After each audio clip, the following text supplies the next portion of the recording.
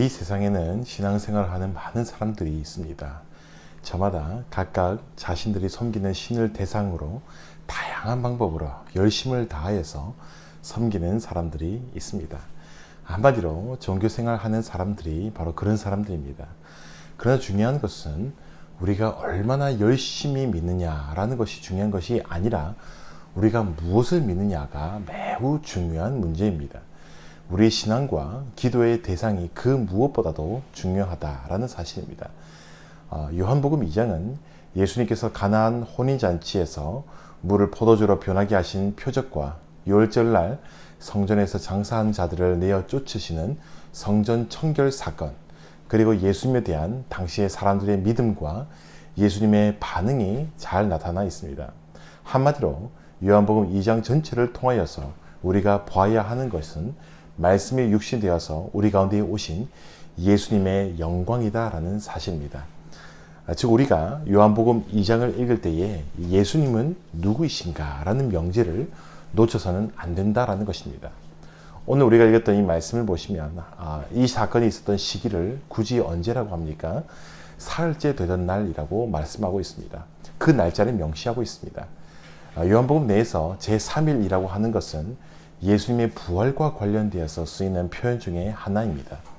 이는 예수님께서 포도주를 통하여서 새 시대를 가져오시는 분이라는 사실을 암시하는 표현으로 볼 수가 있습니다. 갈릴리 가나라는 곳에서 혼례 잔치가 있었다고 합니다. 거기에 예수님과 어머니였던 마리아 그리고 예수님의 제자들도 함께 초청을 받아서 거기에 있었습니다. 유대인들의 이 결혼은요, 우리와 달리 연회가 적게는 일주일에서 많게는 2주일까지도 지속되었다고 합니다. 그리고 그 재정들은 모두 신랑 측에서 부담하였다라고 합니다. 이렇게 길게 진행되는 연회 자리에 지금 이들이 있었습니다. 그런데 그 혼인잔치에 위기가 찾아오게 되었습니다. 그것은 포도주가 떨어졌다라는 것입니다. 유대인들의 체면 문화를 중시하는, 체면을 중시하는 풍속 가운데에 음식, 포도주가 떨어졌다라고 하는 것은 무척 당황스러운 일이었습니다.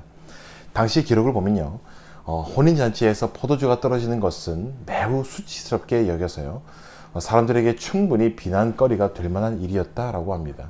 바로 이런 혼인잔치의 위기를 예수님의 어머니였던 마리아가 알아챘습니다. 그리고 자신의 아들이었던 예수님께 이렇게 요청을 하고 있습니다. 3절 말씀 보면 이렇게 말씀하고 있죠. 예수의 어머니가 예수에게 이르되 저들에게 포도주가 없다 하니 라고 말씀합니다. 마리아는 예수님께 포도주가 없음을 알리면서 지금 도움을 청하고 있습니다. 아마도 주석가들이 이걸 볼 때요, 마리아가 당시에 혼인잔치를 진행하는 데 책임을 지고 있었거나 예수님께서 어떤 분인지 알고 예수님과 마리아의 사이에 인간적인 관계를 가지고 이 도움을 청하기 위하여서 마리아가 이런 부탁을 하였다라고 이야기하고 있습니다. 더욱 재미있는 것은 예수님의 반응이었습니다. 어머니였던 마리아의 요청에 예수님께서는 이렇게 반응하시면서 거절하고 계십니다. 예수께서 이르시되 여자여 나와 무슨 상관이 있나이까 내 때가 아직 이르지 아니하였나이다 라고 말씀합니다. 여기서 예수님께서 마리아를 가리켜서 무엇이라고 말씀하고 계시니까 여자여 라고 말씀합니다. 이것은 무례한 표현이라기보다는요, 여자를 호칭할 때에 예의를 갖추어서 하는 표현으로 볼 수가 있습니다. 통상적으로 어머니를 부를 때 쓰는 호칭은 아니지만요, 공손하지만 그다지 애정을 가지지는 않고 있는 그러한 표현이었습니다. 이렇게 어머니를 부르면서 예수님께서는 나와 무슨 상관이 있나이까 라고 말씀합니다. 이것을 헬라를 가지고 제가 직역을 하면 이렇게 말씀할 수 있을 것 같습니다. 당신과 나에게 무엇입니까? 라고 번역이 가능합니다. 이 당신과 나에게 무엇이라는 표현은요, 셈족의 언어인데요, 셈족 언어의 관용적인 표현으로서 두 당사자 간의 거리를 두고서 약간의 인간적인 책망이 섞인 것이 있습니다. 예수님께서는 어머니의 요청에 예의를 갖추지만 어느 정도 거리를 두시고 책망하심을 가지고 있는 어떤 의도를 가지고 있다는 것입니다. 그것은 하나님의 아들이신 예수님께서 자신의 사역을 시작함에 있어서 그 어떤 인간적인 조언이나 요청과 통제에 얽매이지 않는 그러한 분이다라는 사실을 우리 가운데에 드러내고 있는 것입니다. 비록 마리아가 예수님의 육신의 어머니라고 할지라도 예수님의 사역에 있어서 함부로 조언하거나 조정할 수 없다라는 것을 선언하고 있는 것입니다. 왜 그렇습니까? 이는 예수님께서 어머니에 대해서 불효하는 것이 아니라 예수님께서는 자기 자신이 누구이시며 이 세상에 오신 목적이 무엇인지 분명하게 아시고 계셨기 때문입니다. 예수님께서 비록 육신을 입고 이 땅 가운데 내려오셨지만요, 사람들의 요청이나 조언으로 오신 분이 아니셨습니다. 오직 하나님의 말씀대로 오셨고요, 하나님의 말씀을 이루기 위한 목적을 가지고 이 세상에 내려오셨다라는 것입니다. 그리고 그분의 사역을 시작하셨다라는 겁니다. 이에 대해서 히브리서 10장 7절에서는 이렇게 말씀하고 있습니다. 이에 내가 말하기를 하나님이여 보시옵소서, 두루마리의 책에 나를 가리켜 기록된 것과 같이 하나님의 뜻을 행하러 왔나이다 라고 말씀합니다. 우리 예수님께서는 철저하게 하나님의 말씀대로 오셨습니다. 말씀대로 사셨고요, 성부께 온전히 순종하셨습니다. 예수님의 유일한 길잡이는 하나님이시고요, 하나님의 뜻이었습니다. 그러므로 마리아가 아무리 예수님의 육신의 어머니라고 할지라도 결코 예수님을 주장하거나 예수님을 함부로 움직일 수가 없었던 것입니다. 그래서 이러한 이유로 예수님께서는 어머니였던 마리아의 요청을 오늘 거절하셨던 것입니다. 그러나 마리아가 낙심했습니까? 그렇지 않습니다. 마리아는 낙심하지 않았습니다. 5절 말씀을 보시면 이렇게 말씀하고 있는데요, 그의 어머니가 하인들에게 이르되 너희에게 무슨 말씀을 하시든지 그대로 하라 하니라 라고 말씀합니다. 여기서 보시면 예수님에 대한 마리아의 태도가 이전과 좀 바뀌었다는 것을 눈치채셔야 됩니다. 이전에 마리아가 예수님과의 육적인 관계를 근거로 인간적으로 접근하였다라고 한다면 이제는 다른 방식으로 예수님께 접근하고 있습니다. 그 방식은 믿음의 방식이었습니다. 예수님께서 너희에게 무엇이라고 하든지 그대로 하라라고 하는 그 표현에서 그 믿음이 드러나고 있는 것입니다. 이제는 포도주가 떨어져서 수치스러움이라는 위기에 빠진 이 혼인잔치의 문제를 마리아가 나서서 마리아의 힘으로 해결하는 것이 아니라 예수님의 손에 그대로 맡겨드렸습니다. 자신의 판단과 의지를 이제는 다 내려놓고 예수님께 온전히 맡겨드리는 믿음의 태도를 그녀가 취했던 것입니다. 그래서 예수님께서 움직이기 시작하셨습니다. 혼인잔치의 유대인의 정결 예식을 따라서 돌 항아리 6개가 있었습니다.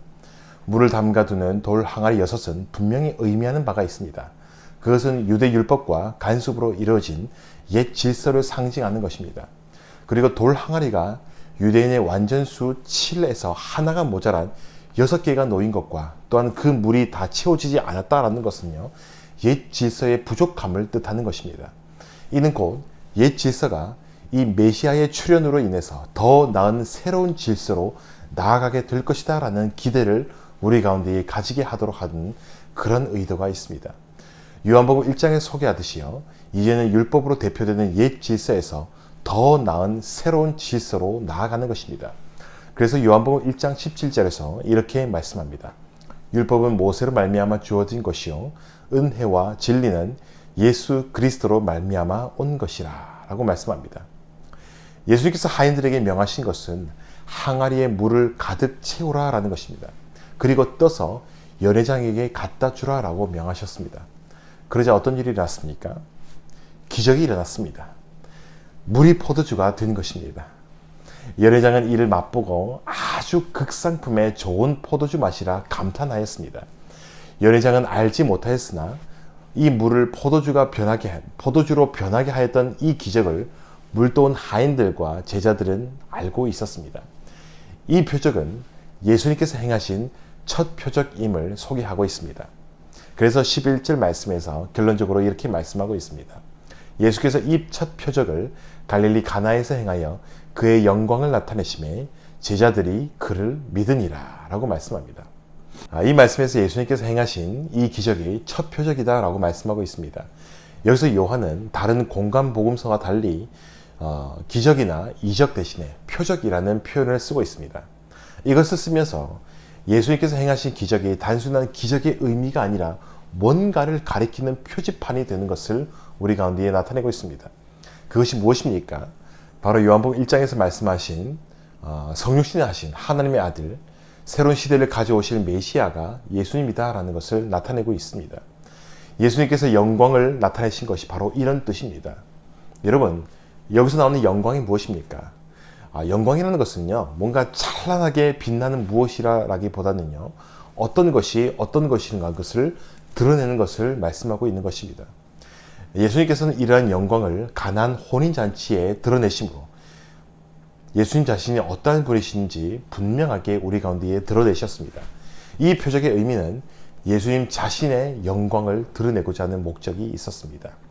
그러면 오늘 이 가나 혼인잔치의 기적을 통하여서 드러난 예수님께서는 어떤 분이십니까? 먼저 그분은요, 사람의 요청에 의해서 오신 분도 아니시며 사람에 의해서 좌지우지되는 분이 아니다라는 것입니다. 왜 그렇습니까? 그분은 하나님의 말씀에 육신이 되어 오신 하나님의 독생하신 아들이시기 때문입니다. 그러기에 예수님께 있어서 가장 중요한 것은 하나님 아버지의 말씀에 온전히 순종하고 말씀을 이루는 것입니다. 이는 예수님께서 마리아의 요청을 거절하신 것에서 나타나고 있습니다. 둘째로, 예수님은 하나님과 우리 사이에 끊겨진 관계를 회복시켜 주시기 위해서 오신 분이다라는 사실을 말씀하고 있습니다. 가나 혼인잔치에서 포도주가 떨어짐으로 자칫하면 망가지고 수치로 떨어질 뻔한 이 잔치의 기쁨을 회복시켜 주셨습니다. 이렇듯이요, 예수님께서는 하나님과 죄인된 우리 사이를 회복시켜 주시는 분이다라는 사실이 오늘 본문 말씀에서 나타나고 있습니다. 이는 메시아로 오신 예수님의 사명의 내용이었습니다. 예수님께서는 자신의 때가 되었을 때에 들리움을 받으실 것입니다. 그 들림은요, 십자가에서 못 박혀 죽으시는 것이고요, 수치의 들림인가 동시에 우리에게는 구원의 들림이 될 것입니다. 그리고 그렇게 십자가에 올라오심으로 예수님께서는 죄인된 우리의 모든 수치를 거두어 가실 것이고요, 끊겨졌던 하나님과 우리의 사이를 온전히 회복시켜 주실 것입니다. 그리고 이 모든 구원 사역은 사람의 요청과 소원과 조정대로 이루어진 것이 아니라 전적으로 삼위 하나님 편에서 일방적으로 행하여지고 이루어지는 것이다 라는 겁니다.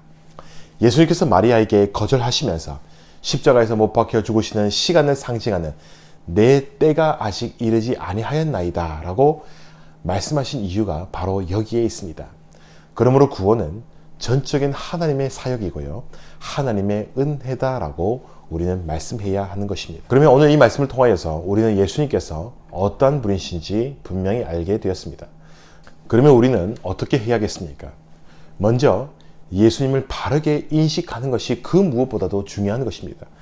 예수님께서는 그저 훌륭한 교사나 위인으로 오신 분이 아닙니다. 4대 성인으로 오신 분이 아니다라는 것입니다. 그분은 죄로 인해서 하나님으로부터 끊겨져 수치와 멸망으로 떨어진 정말 가련한 우리 죄인들을 위해서 오신 분이시고요, 우리를 구원하셔서 하나님과 우리의 사이를 회복시켜 주시기 위하여서 이 땅 가운데에 내려오셨습니다. 그 회복을 위하여서 예수님께서는 친히 하나님의 어린 양이 되시어 십자가에서 제물로 피 흘려 죽어 주셨습니다. 그러므로 우리는 오늘 하루 예수님을 증거할 때에 예수님께서 어떠한 분이신지 분명히 인식하고 이를 분명하게 전해야 될 사명이 우리 모든 크리스천들에게 있는 것입니다. 그분은 우리의 구원이 되시며 우리를 위하여서 십자가에서 대신 죽어주신 하나님의 아들이십니다. 그리고 구원은 결코 우리에게 달린 것이 아니며 우리의 힘과 지혜로 이루어지는 것이 아닙니다. 이 세상에는 구원을 줄 만한 위인은 한 사람도 없습니다. 전적으로 이 구원이라는 것은요, 하나님께서 하시는 것이고 전적인 하나님의 은혜인 것입니다. 여러분, 은혜가 무엇입니까? 윗사람이 아랫사람에게 베푸는 것이고요, 받을 자격이 없는 자에게 일방적으로 베푸는 것을 우리가 은혜라고 하는 것입니다. 구원은 우리에게 달린 것도 아니고요, 우리에게 어떤 자격이나 조금이나 어떤 매력이 있어서 구원받은 것이 아닙니다. 일방적으로 하나님께서 베풀어 주신 것이고요, 은혜로 우리에게 주신 것입니다. 그러므로 우리가 온전히 의지할 분은 이 세상 사람들도 아니고 제도도 아니고 오직 우리를 위해서 이 땅 가운데 오시고 우리의 모든 죄를 담당하기 위하여 십자가에 죽으시고 부활하신 하나님의 아들 예수 그리스도 한 분밖에 없다라는 사실을 반드시 기억하시기를 바랍니다.